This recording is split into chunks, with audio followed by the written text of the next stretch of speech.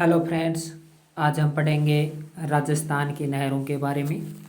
ये part first है, इसके बाद पार्ट सेकंड होगा। इन दो पार्ट्स में आपके राजस्थान की जितनी भी नहरें हैं, जितने भी कंसेप्ट हैं वो क्लियर हो जाएंगे। इसके बाद हम नेक्स्ट पार्ट में तीसरे पार्ट में हम राजस्थान की नदी घाटी परियोजनाएं देखेंगे। तो शुरू करते हैं राजस्थान की नहरें। पहला है, हम गंग नहर देखते हैं। गंग नहर गंग नहर का निर्माण 1927 ईस्वी में गंगा सिंह द्वारा करवाया गया था। तो फर्स्ट क्वेश्चन बनता है कि गंग नहर का निर्माण कब करवाया गया था। गंग नहर का निर्माण 1927 में करवाया गया था। दूसरा क्वेश्चन बनता है, गंग नहर का निर्माण 1927 में किसने करवाया था। तो गंगा सिंह ने करवाया था। अगला है, गंग नहर में सतलज नदी का पानी आता है। तो तीसरा क्वेश्चन बनता है कि गंग नहर में किस नदी का पानी आता है।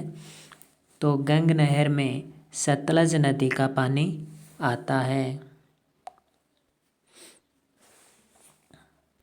अगला है, गंग नहर से सर्वाधिक सिंचाई गंगानगर जिले में होती है। तो गंग नहर से सर्वाधिक सिंचाई किस जिले में होती है। तो गंग नहर से सर्वाधिक सिंचाई है वो गंगानगर जिले में होती है। चौथा क्वेश्चन ये बन जाता है। हालांकि कंफ्यूज हो सकते हैं कि सर्वाधिक सिंचाई बीकानेर जिले में होती होगी, क्योंकि गंगा सिंह ने निर्माण करवाया, तो ऐसा नहीं है। गंग नहर से सर्वाधिक सिंचाई है वो गंगानगर जिले में होती है। अब देखते हैं हम इंदिरा गांधी नहर। इंदिरा गांधी नहर को पूर्व में राजस्थान नहर भी कहा जाता था। इंदिरा गांधी नहर को पहले क्या कहा जाता था। पूर्व का मतलब यहाँ पे पहले राजस्थान नहर कहा जाता था, जिसके प्रणेता कौन है। कंवर सेन है। चौथा क्वेश्चन बन जाता है, इंदिरा गांधी नहर को पहले क्या कहा जाता था। राजस्थान नहर। पांचवा क्वेश्चन, कंवर सेन इसके प्रणेता हैं। आगे देखिए, इंदिरा गांधी नहर का उद्गम हरिके बैराज बांध से हुआ है। हरिके बैराज बांध से हुआ है। इंदिरा गांधी नहर से 9 लिफ्ट नहरें निकाली गई हैं। देखिए दर्शकों, पहले 7 लिफ्ट नहरें थी। कुछ किताबों में अभी भी 7 लिफ्ट नहरें हैं, तो वो आंसर नहीं होगा। वर्तमान में 9 लिफ्ट नहरें हैं। पहले 7 लिफ्ट नहरें थी, अब 9 लिफ्ट नहरें हो गई हैं। तो क्वेश्चन पूछा जा सकता है कि आखिरी 2 लिफ्ट नहरें कौन सी हैं। ऐसे भी क्वेश्चन पूछा जा सकता है, तो आपको हर कंसेप्ट को क्लियर करना है। तो इंदिरा गांधी नहर का उद्गम हरिके बैराज से होता है, अर्थात सतलज नदी के उद्गम, सतलज व्यास नदी के उद्गम स्थल हरिके बैराज से होता है। और इंदिरा गांधी नहर से 9 लिफ्ट नहरें निकाली गई हैं।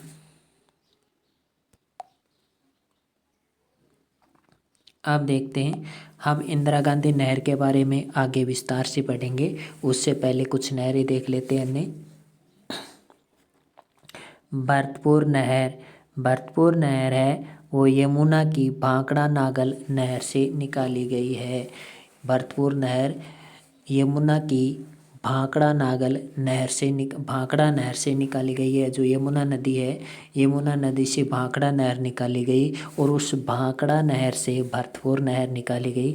भरतपुर नहर से सिर्फ सिंचाई भरतपुर जिले में होती है।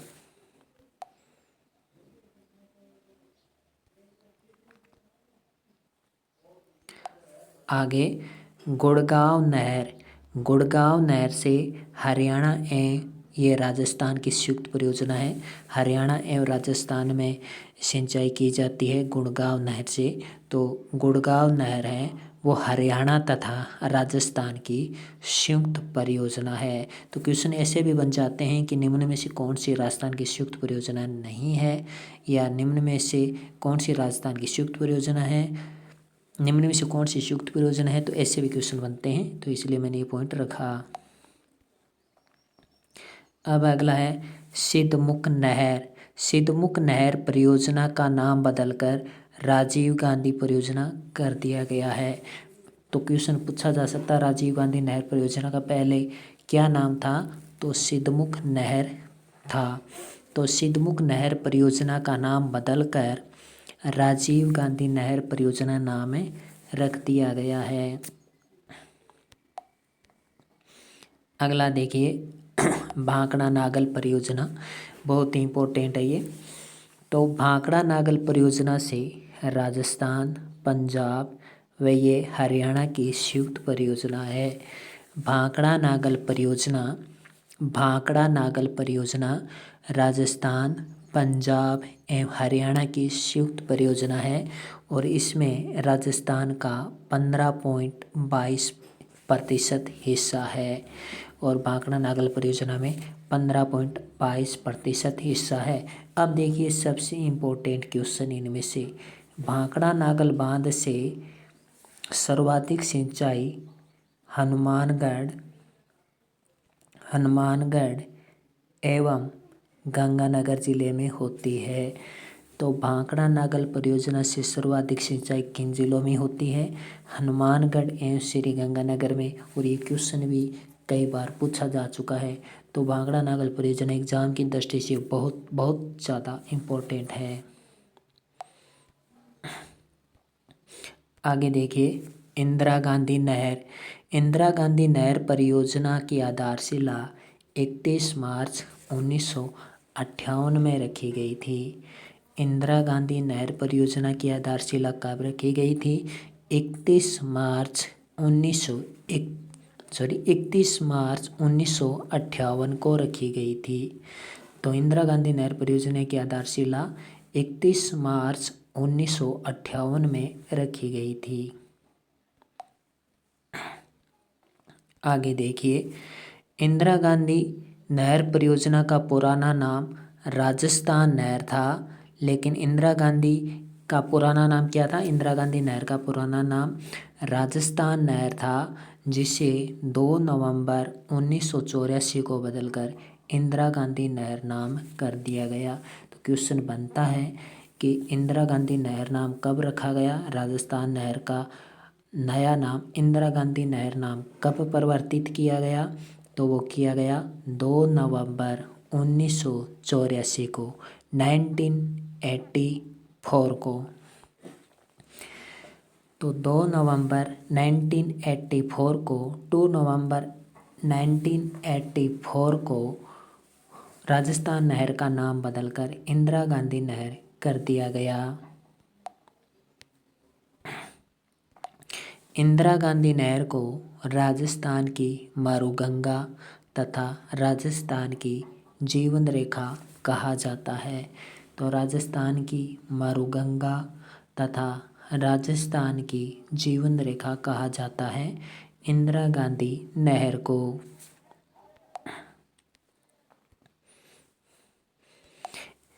इस परियोजना इंदिरा गांधी परियोजना के जनक कंवर सेन हैं, ये हम पढ़ चुके हैं। अब आगे देखते हैं कि इंदिरा गांधी नहर को बनाने की प्रेरणा गंग नहर से मिली है।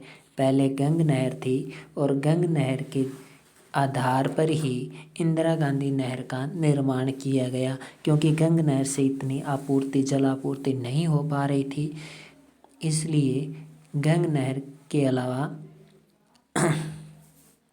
गंग नहर के स्थान पर ये इंदिरा गांधी नहर परियोजना बनाई गई।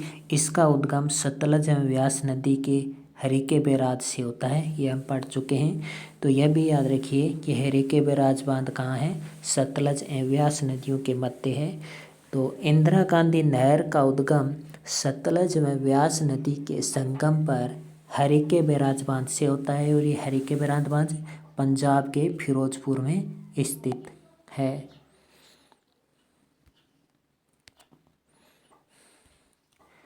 आगे देखिए नदी के संगम पर हरिके बैराज बांध फिरोजपुर, ये हम देख चुके हैं इंदिरा गांधी नहर के बारे में।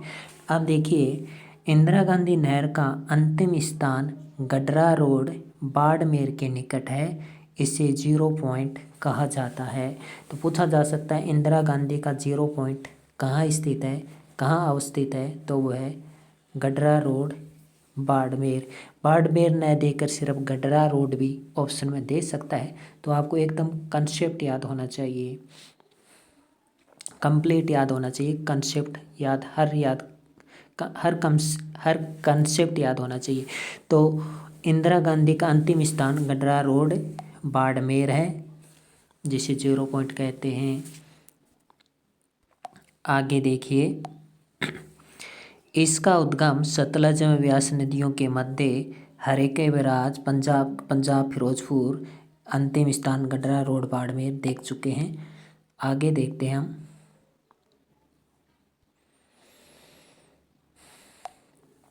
आप देखिए, इनसे 9 लिफ्ट नहरें निकाली गई हैं, जिनमें से ये 8 बन चुकी हैं, 9वीं प्रस्तावित है।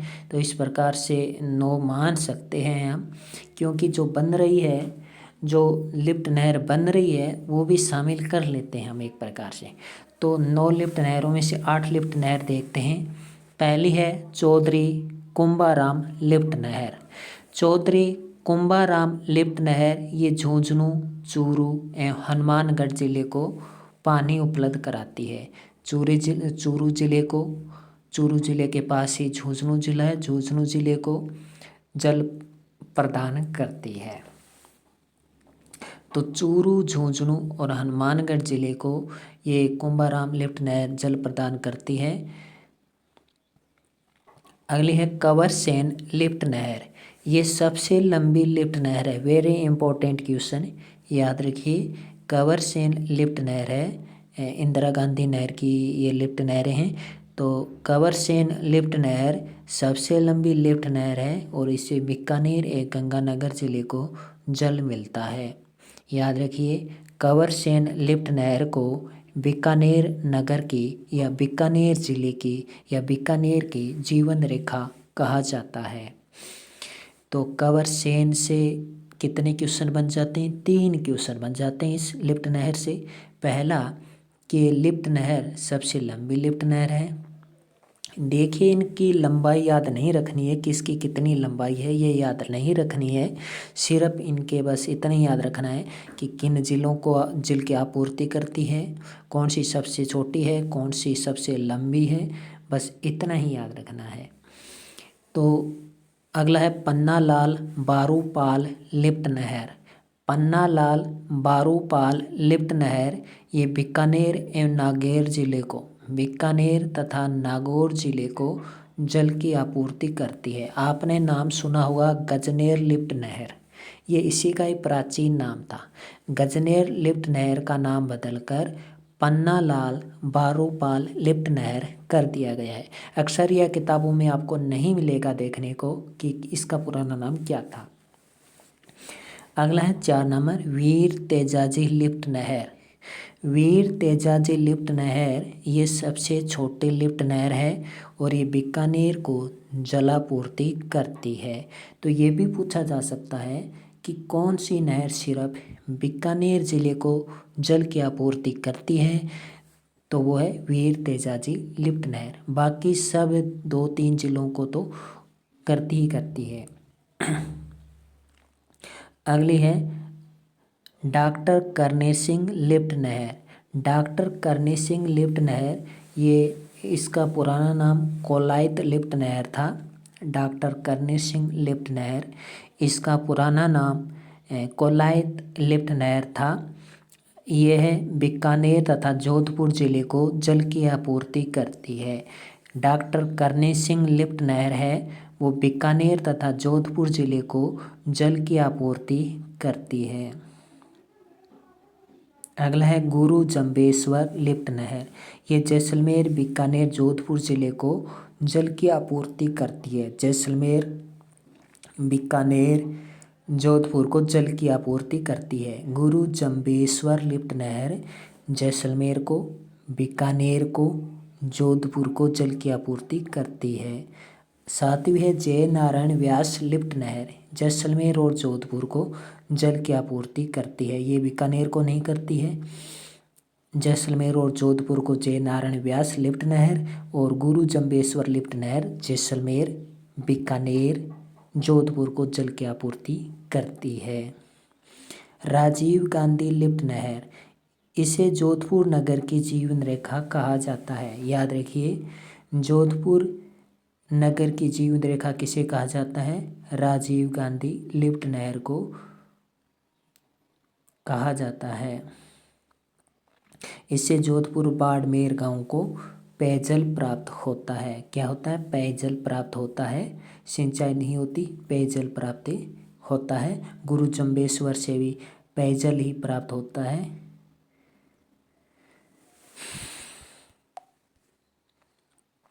अब हम पढ़ते हैं यमुना लिंक नहर। यमुना लिंक नहर, इस नहर को उत्तर प्रदेश के आगरा के मोखला हेडवर्क्स के यमुना नदी के से निकाला गया है, जो हरियाणा में 86.56 किलोमीटर एवं राजस्थान में 53.35 किलोमीटर बहती है। इसका राजस्थान में प्रवेश जोरहरा गांव कामा तहसील भरतपुर में होता है, जिसे भरतपुर, कामा व डीग तहसीलें लाभान्वित हैं। यानी इससे भरतपुर जिला ही लाभान्वित है। यमुना लिंक नहर से कौन सा जिला लाभान्वित है?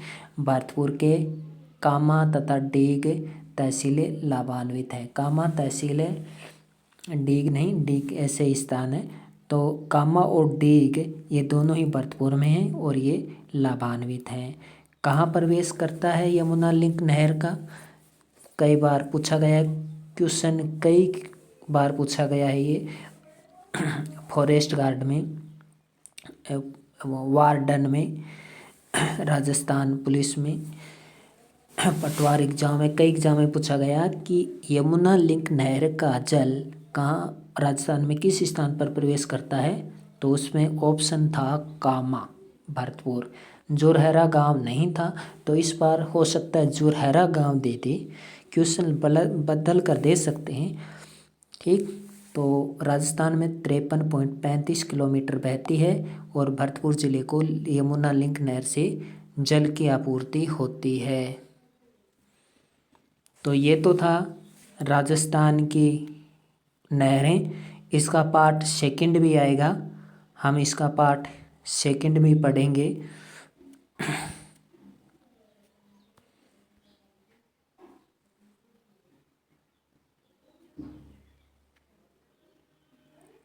तो हम नेक्स्ट पार्ट सेकंड पार्ट पढ़ेंगे। अगर आपको वीडियो अच्छा लगा हो तो लाइक ज़रूर कीजिएगा। नमस्कार।